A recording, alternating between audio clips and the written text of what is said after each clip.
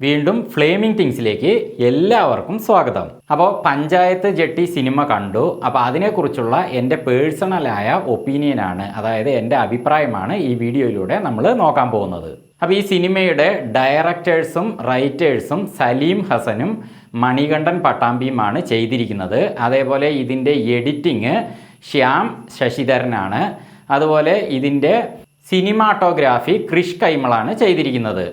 അപ്പോൾ ഇതിൽ അഭിനയിച്ചിരിക്കുന്ന ടീമെന്ന് പറഞ്ഞാൽ മറിമായം എപ്പിസോഡിലുള്ള എല്ലാവരും തന്നെ ഈ സിനിമയിലുണ്ട്. മറിമായം ടീമാണ് ഈ സിനിമ എടുത്തിരിക്കുന്നത്. അതിൽ പ്രധാന വേഷങ്ങൾ ചെയ്തിരിക്കുന്നത് സലീം ഹസനും അതുപോലെ മണികണ്ഠൻ പട്ടാമ്പിയുമാണ്.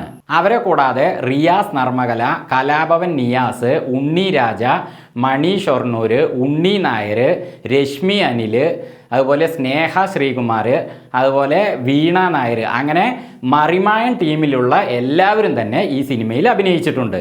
ഈ സിനിമയുടെ പ്രധാന ഇതിവൃത്തം എന്നത് തന്നെ പഞ്ചായത്ത് തന്നെയാണ്. പഞ്ചായത്ത് ഭരണസമിതിയും പ്രതിപക്ഷവും.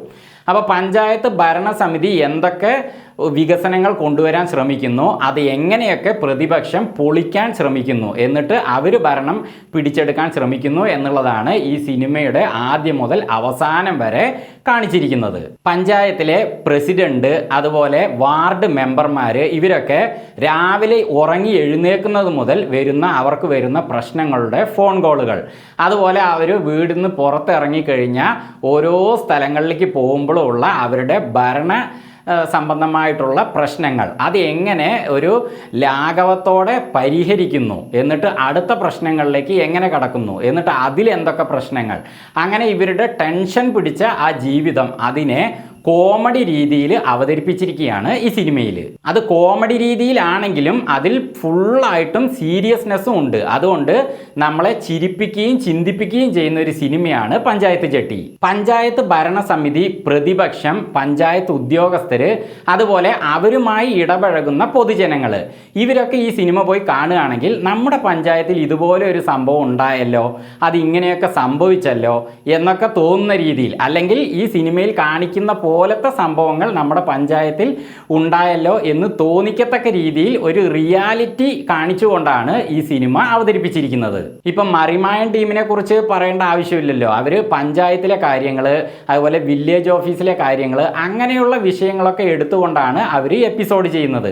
അപ്പോൾ അതേ രീതിയിൽ തന്നെയാണ് ഈ സിനിമ കാണിച്ചിരിക്കുന്നത്. പക്ഷേ ഈ സിനിമയിൽ അങ്ങനെ മറിമായത്തിലുള്ള ആ രീതി മാത്രമല്ല ഉള്ളത്. ഇതിൽ പ്രണയമുണ്ട്, അതുപോലെ പാട്ടുകളുണ്ട്, അങ്ങനെയുള്ള കാര്യങ്ങളൊക്കെ ഇതിൽ ഉൾപ്പെടുത്തിയിട്ടുണ്ട്. പക്ഷെ പ്രണയം എന്ന് പറഞ്ഞാൽ ആ പ്രണയം പൂർണ്ണതയിൽ എത്തുന്നതായിട്ട് ഈ സിനിമയിൽ കാണിക്കുന്നില്ല.